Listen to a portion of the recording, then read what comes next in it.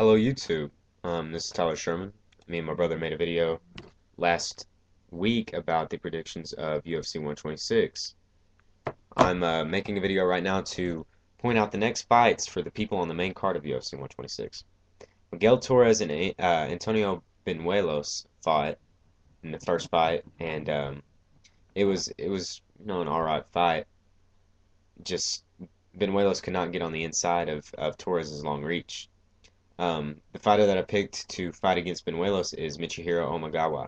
They both fought on the same card and they both came off of decision losses, and I think it would set up a pretty good fight. Miguel Torres, I picked him to face Joseph Benavidez, and that is if Benavidez wins against Ian Loveland at UFC 128. Um, the winner of that fight will probably be right up there in title contention. Jake Ellenberger and Carlos Eduardo Rocha fought, and you know, Rocha Rocha's grappling is amazing. It showed off against Ellenberger. Ellenberger's a strong, strong wrestler, and it proves that Rocha's up there in his jiu-jitsu game. The fighter that I picked against Rocha would be T.J. Grant.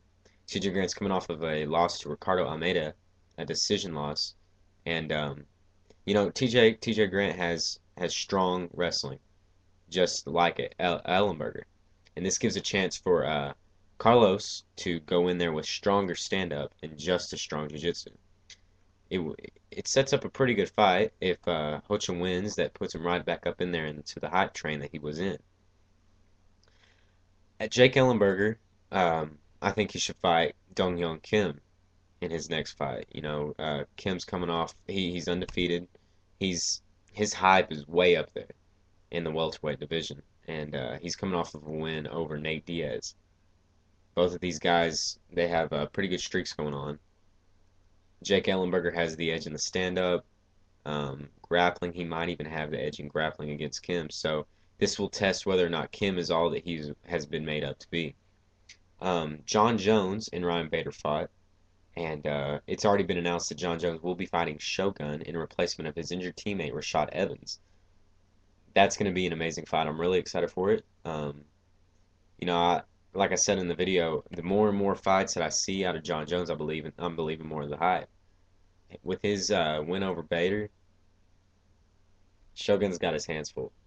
But Shogun is a pioneer of the sport, and he could find a way to get in there and exploit John Jones.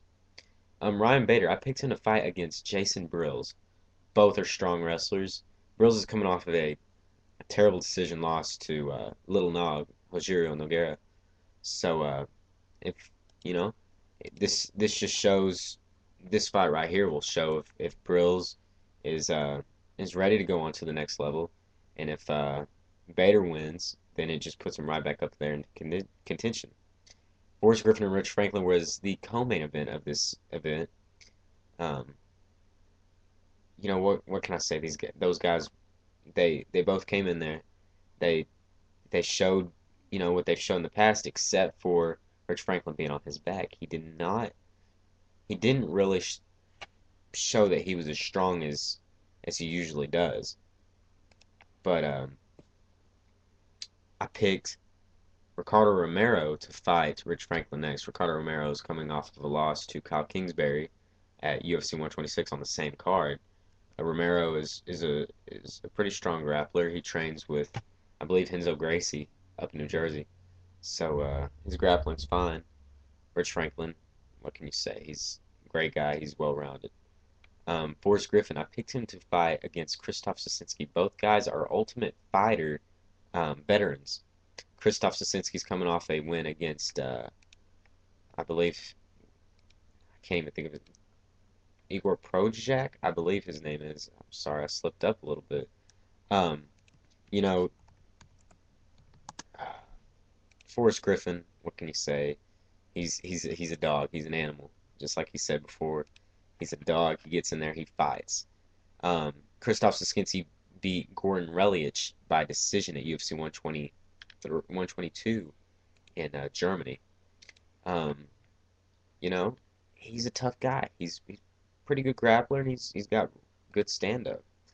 Um, so that sets up those fights right there. Just sets up to show on to who could even see contention maybe later. I really don't know. It's a deep division light heavyweight. Vitor Belfort lost by a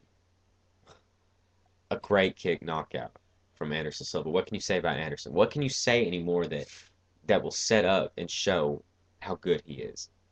Nothing. You could say Superman almost.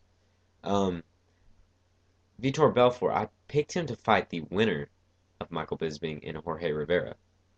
You know, he's coming off a loss, and you're saying he's coming off a loss, but why are you going to pick him to face the winner?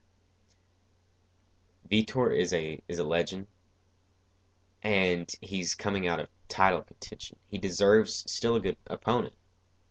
So the winner of Bisping and Rivera, would show where he's at in his career. Anderson Silva. Um, Dana White said that if George St. Pierre beats Jake Shields at UFC 128, that Anderson Silva and George St. Pierre will fight. Um, that'll be a while from now because George St. Pierre is going to need time to make sure that he's a strong 185 and to make sure that he's where he wants to be at 185. So we could see November, December before that.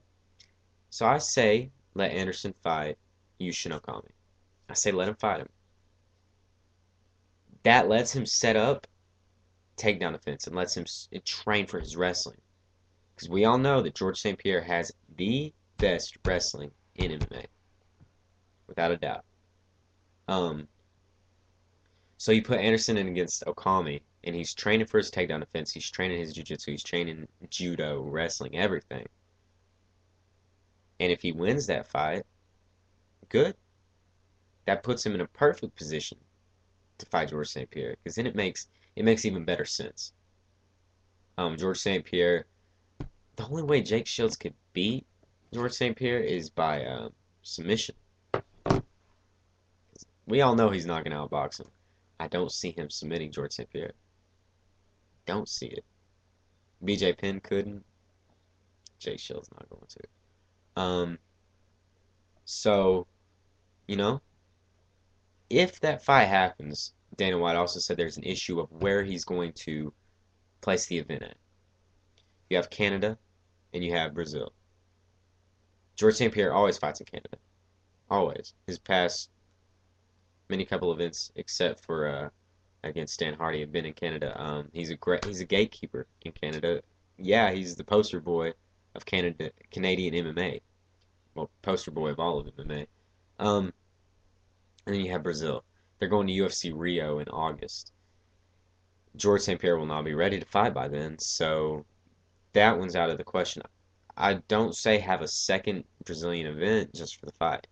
The perfect place to fight these two guys at is Arlington, Texas, not Dallas, Texas. Arlington, Texas at Cowboy Stadium. I live in Arlington, Texas, and I've seen, shows go on there, and that would be an amazing place to have that event. It could get 60,000 strong, and that would be the largest UFC event in history, with the largest fight in UFC history. So it all makes sense. I'm excited. I'm excited to see what goes down in 2011 in MMA, in the UFC, and everything. As always, I'm Tyler Sherman. See you later.